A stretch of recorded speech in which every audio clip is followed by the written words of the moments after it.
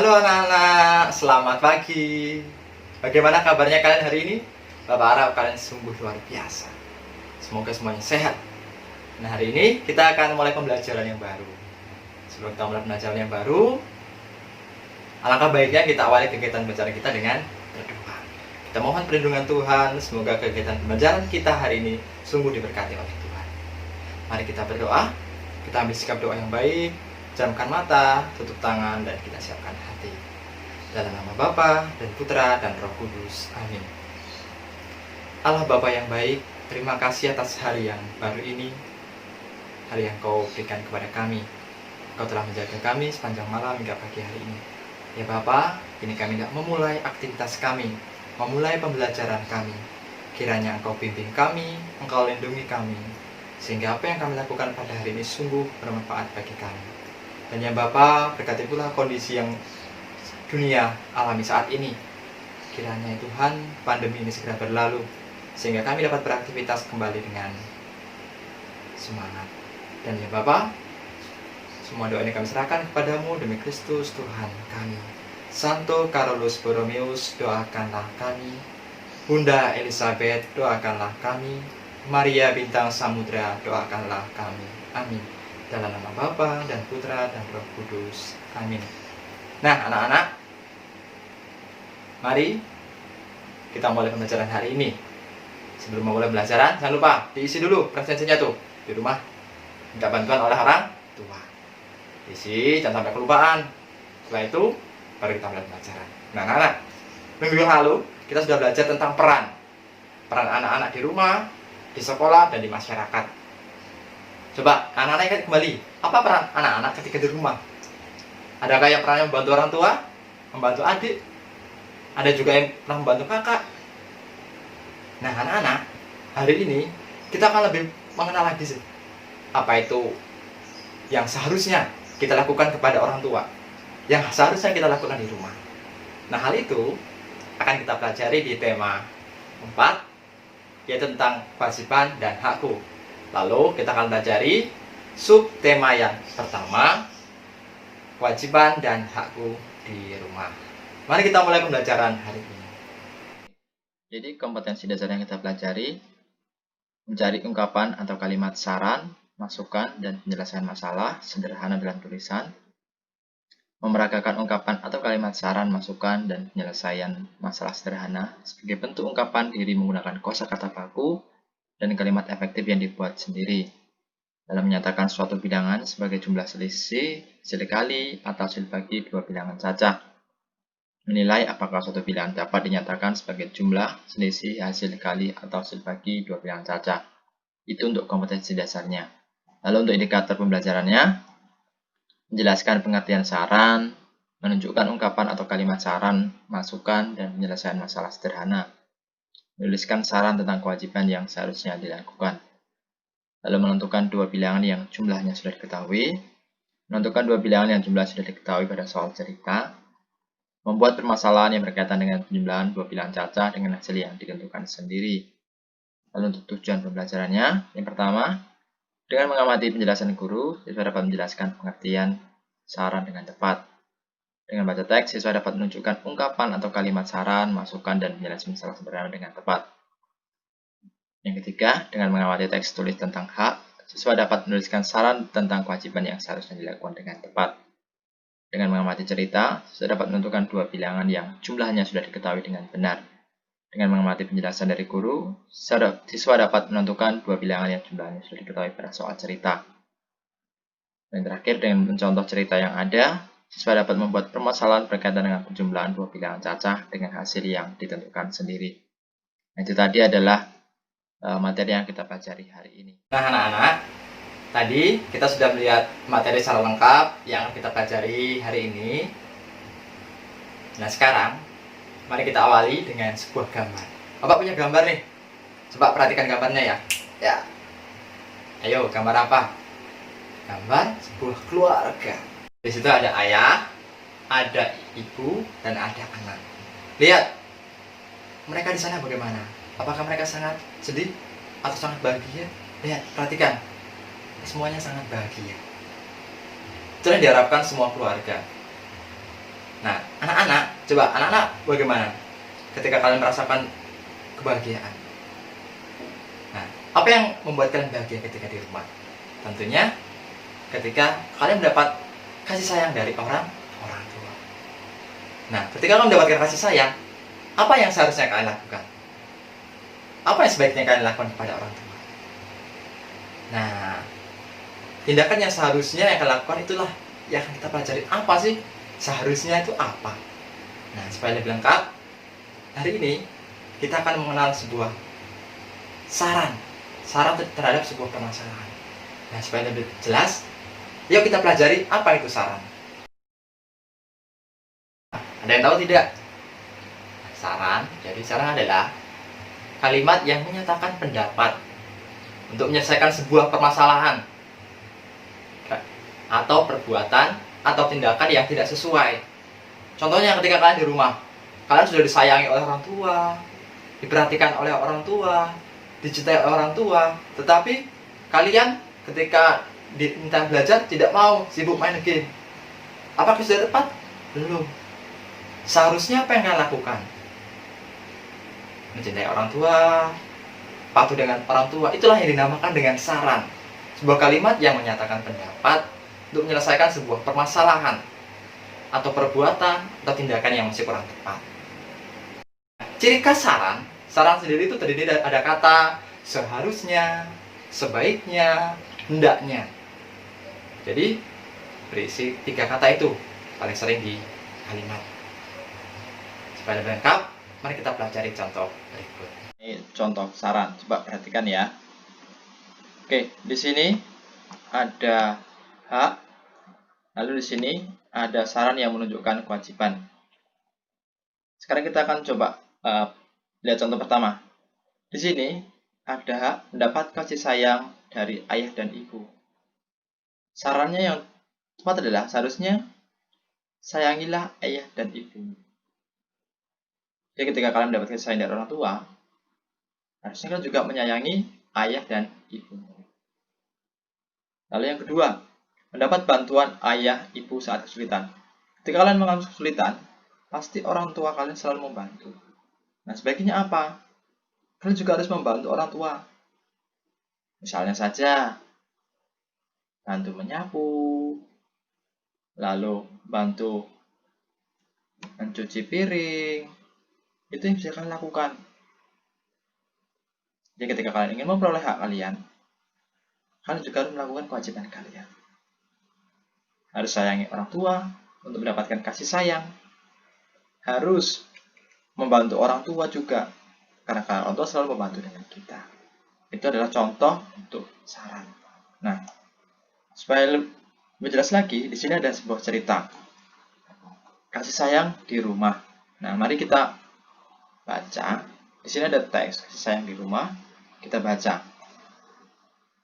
Kita temukan ada contoh saran apa yang ada di teks berikut. Nah, manusia tidak bisa hidup sendiri. Sebagai manusia, kita wajib saling mengasihi dan menyayangi. Menyayangi keluarga merupakan salah satu kewajiban kita. Di dalam setiap kewajiban, selalu ada hak yang kita dapatkan. Kewajiban dan hendaknya secara seimbang. Tetapi masih ada orang yang tidak melaksanakan kewajibannya. Setiap orang harus melaksanakan kewajiban. Sebagai seorang anak, kamu harus menyayangi orang tua. Kamu juga harus berterima kasih kepada orang tuamu. Kamu harus mendoakan orang tuamu setiap hari. Menyayangi orang tua, berterima kasih kepadanya, dan mendoakannya merupakan kewajiban setiap anak. Kamu harus bersyukur karena orang tuamu menyayangimu. Mereka juga selalu menjaga dan mendoakanmu. Jadi, setiap orang harus menjalankan kewajibannya. Laksanakanlah kewajibanmu, maka kamu akan menerima hakmu. Nah, anak-anak, lalu cerita ini kita diajak, kalau kita ingin mendapatkan hak kita juga harus melaksanakan kewajiban kita dengan tanggung jawab. Jadi harus seimbang. Kita mau sesuatu, kita juga harus berusaha. Kita mau disayangi orang tua, berarti kita juga harus menyayangi orang tua, membantu orang tua. Nah, mari kita temukan kalimat atau kata saran di sini. Ingat, saran biasanya ditandai dengan ada kata seharusnya, harus, hendaknya, atau sebaiknya. Coba kita temukan di sini. Paragraf pertama ada atau tidak? Oke. Kita lihat paragraf kedua, tidak ada. Kita lihat. Nah, ini. Harus menyayangi orang tua. Jadi sarannya apa? Sebagai seorang anak, supaya kamu mendapatkan sayang orang tua adalah kita harus menyayangi orang tuamu. Saran yang pertama. Lalu, saran yang kedua apa? Harus berterima kasih kepada orang tua. Kamu udah disayang orang tua, jadi kamu juga harus berterima kasih kepada orang tua. Lalu yang ketiga, harus mendoakan orang tua setiap hari. Supaya apa? Orang tua selalu sehat, selalu bisa berkumpul bersama dengan kalian. Lalu, ada saran yang keempat. Harus bersyukurkan orang tuamu menyayangimu. Jadi, perlu disyukuri bahwa ternyata orang tuamu itu juga menyayangimu. Harusnya apa? Kamu bersyukur. Nah, itu contoh-contoh saran. Jadi, kalian bisa temukan di dalam kehidupan sehari-hari. Bisa kalian pelajari. Kalau kamu ingin mendapatkan sesuatu dari orang tuamu, lakukanlah yang menjadi kewajibanmu dengan baik. Supaya kamu akan mendapatkan hak yang harusnya kamu dapatkan. Lakukan hak dan kewajiban secara seimbang. Kamu ingin sesuatu, lakukan sesuatu untuk mendapatkan hak itu. Nah, itu contoh tentang kalimat saran. Nah, anak-anak, tadi kita sudah belajar tentang kasih sayang, sudah baca tentang cerita kasih sayang di rumah. Tindakan apa yang kita lakukan di rumah? Menunjukkan kasih sayang kepada orang tua, kasih sayang kepada keluarga. Nah, coba diingat-ingat, kalian sudah kira-kira ingat nggak berapa hari dalam 1 bulan kalian disayang orang tua? Pastinya tiap hari kan. Tapi supaya lebih lengkap, biasanya coba kita melihat hari Senin itu disayangi nggak ya? Hari Selasa disayangi atau nggak ya? Nah, supaya lebih mudah mengingatnya, di sini Pak punya gambar. Nah, gambar apa? Iya, gambar kalender, benar sekali. Gambar kalender. Coba ada yang tahu nggak gambar kalender atau kalender digunakan untuk apa sebenarnya? Apa? Mengingat waktu. Iya, benar sekali. Jadi, kalender digunakan untuk mengingat waktu. Nah, sekarang diperhatikan. Yang Bapak tampilkan adalah kalender bulan Februari tahun 2020. Coba tanggal terakhir tanggal berapa? Tanggal 29. Benar sekali. Nah, ada dari tanggal 1 sampai tanggal 29. Nah, hari ini kita akan mengenal tentang menentukan bilangan yang hasilnya sudah diketahui. Bagaimana Pak cara menghitungnya? Nah, supaya lebih lengkap, mari perhatikan penjelasan dari Bapak. Lihat contoh menentukan 2 bilangan yang jumlahnya sudah diketahui ya. Oke, tadi kita lihat kalender bulan Februari. Di sini ada akhirnya adalah tanggal 29. Kita akan menentukan 2 bilangan yang hasilnya itu 29. Oke, jadi untuk mengetahui 2 bilangan yang jumlahnya diketahui, kita bisa menggunakan rumus ini. A plus B sama dengan C. A itu adalah bilangan pertama, B itu bilangan kedua, dan C adalah bilangan yang sudah diketahui. Nah, kita mulai soalnya ini nih, Februari ya. Cara mencari bulan Februari, ada A-nya berapa, B-nya berapa, kita ada caranya. Yang pertama, untuk mendapatkan bilangan pertama, tentukan sebuah bilangan yang lebih kecil dari bilangan yang diketahui. Lalu cara yang kedua, untuk mendapatkan bilangan kedua atau yang B, kurangi bilangan yang diketahui dengan bilangan pertama. Jadi, kita langsung kerjakan. Contoh, A plus B sama dengan 29. Nah, 29 di sini adalah, nah, di sini tadi, akhir dari bulan Februari tadi, 29. Nah, sekarang, berarti bilangan sudah diketahui adalah 29C. Nah, kita akan mencari A-nya berapa, B-nya berapa. Nah, A plus B sama dengan 29. Kita akan mencari A-nya, atau bilangan pertama. Bagaimana bilangan pertama tadi dicari? Untuk mendapatkan bilangan pertama adalah tentukan sebuah bilangan yang lebih kecil dari bilangan yang diketahui. Nah, yang sudah diketahui adalah 29. Berarti bilangan yang paling kecil adalah di bawah 29 berapa? Dari 28. Nah, berapa? 20. Nah, 20 bisa kita gunakan. Ya, 20. Karena di bawah 29.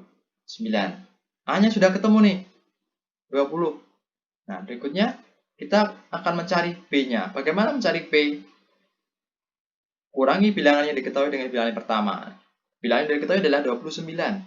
Bilangan pertama adalah 20. Caranya adalah B sama dengan C kurang A, atau bilangan yang sudah diketahui dikurang bilangan pertama. C-nya kita ganti dengan 29. Ya, 29 ya. Lalu A-nya kita ganti dengan 20. Ya, 20. Nah, temunya B sama dengan 29. Nah, jadi 20 plus B sama dengan 29. Kita masukkan ini, B-nya 9. 20 plus 9 sama dengan 29. Nah, temukan seperti itu caranya. Nah, supaya lebih jelas lagi, Bapak punya contoh lagi. Dalam soal cerita, Siti mengamati kalender di rumahnya. Siti menghitung dalam 1 tahun ada 365 hari. Siti menggunakan banyak waktunya belajar di sekolah. Ketika libur, Siti belajar sama kedua orang tuanya. Berapa hari Siti belajar di sekolah dan berapa hari Siti belajar bersama orang tuanya di rumah. Nah, kita bisa mulai kerjakan. Kita tulis diketahui, jumlah hari yang sudah diketahui adalah atau C 365. Nah, di sini ya. Sesuai dengan soal tadi. Ada yang diketahui adalah 365 hari. Jadi, jumlah hari yang diketahui adalah 365 hari. Lalu ditanya, berapa hari belajar di sekolah? Kita ganti dengan bilangan A. Jadi kita perlu tahu berapa hari dia belajar di sekolah. Lalu yang B, berapa hari belajar bersama orang tua. Lalu kita jawab. Ingat, rumusnya adalah A plus B sama dengan C. Nah, A plus B sama dengan C. C tadi kita ganti dengan 365 hari. Mengapa? Karena 365 hari adalah jumlah hari yang sudah diketahui. Nah, sekarang kita ingin mencari A dan B-nya. Ingat, mencari A tadi adalah bilangan yang lebih kecil dari 365 hari. Jadi, bilangan berapapun yang di bawah 365 hari bisa digunakan. Ya, kita pakai saja 250. Jadi, 250 plus B sama dengan 365. Nah, di sini A-nya sudah kita ketahui, 250. Yang akan kita cari adalah B. Nah, untuk mencari B adalah B sama dengan C dikurang A. Nah, C-nya kita masukkan 365 dikurang A-nya kita ganti dengan 250. Jadi 365 dikurang 250. Jadi B sama dengan 115. B-nya sudah kita tahu di sini ya. 115. Nah, sekarang di sini 250 plus B-nya kita ganti dengan 115. Jadi 250 plus 115 sama dengan 365 hari. Jadi Siti belajar di sekolah selama 250 hari dan belajar bersama orang tua selama 115 hari. Nah, begitu cara mengerjakannya. Oke anak-anak, bagaimana pembelajaran hari ini? Sudah dipahami? Pokoknya selalu berlatih, dibaca, supaya mudah untuk memahami. Nah, jadi kesimpulan pembelajaran hari ini adalah pertama tentang saran. Saran sendiri adalah sebuah kalimat yang menyatakan pendapat untuk menyelesaikan sebuah permasalahan, atau tindakan, atau perbuatan, supaya menjadi lebih baik. Saran sendiri itu dicirikhaskan mempunyai ciri ada sebuah kata seharusnya, hendaknya, dan sebaiknya. Itu untuk saran. Kedua, kita mempelajari tentang menentukan dua bilangan yang hasilnya sudah diketahui. Tadi kita menggunakan rumus A plus B sama dengan C. A itu bilangan pertama, B itu bilangan kedua, dan C adalah bilangan yang sudah diketahui. Bagaimana mencari bilangan A? Dengan cara adalah mencari bilangan yang lebih kecil dari bilangan yang sudah diketahui. Misalkan yang sudah diketahui bilangan 10, berarti yang A bisa kita gunakan 9, 8, dan seterusnya. Yang penting lebih kecil dari 10. Sedangkan untuk mencari bilangan B adalah bilangan yang sudah diketahui dikurangi dengan bilangan yang pertama.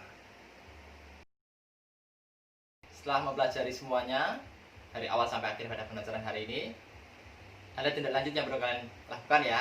Oke, yang pertama, tuliskan saran yang tepat dari hak-hak yang sudah ada. Nanti bisa diperhatikan di gambar di samping ya, seperti itu. Jadi haknya sudah ada kan? Kalian tinggal menuliskan saran yang tepatnya bagaimana. Itu tugas yang pertama. Oke, untuk tindak lanjut yang kedua, kalian melengkapi dua bilangan yang hasil sudah diketahui. Bisa diperhatikan di samping. Di situ kalian mengisi hari belajar di sekolah berapa, hari belajar di rumah berapa. Dimana bilangan yang sudah diketahui adalah 365. Nanti kalian tinggal melengkapi.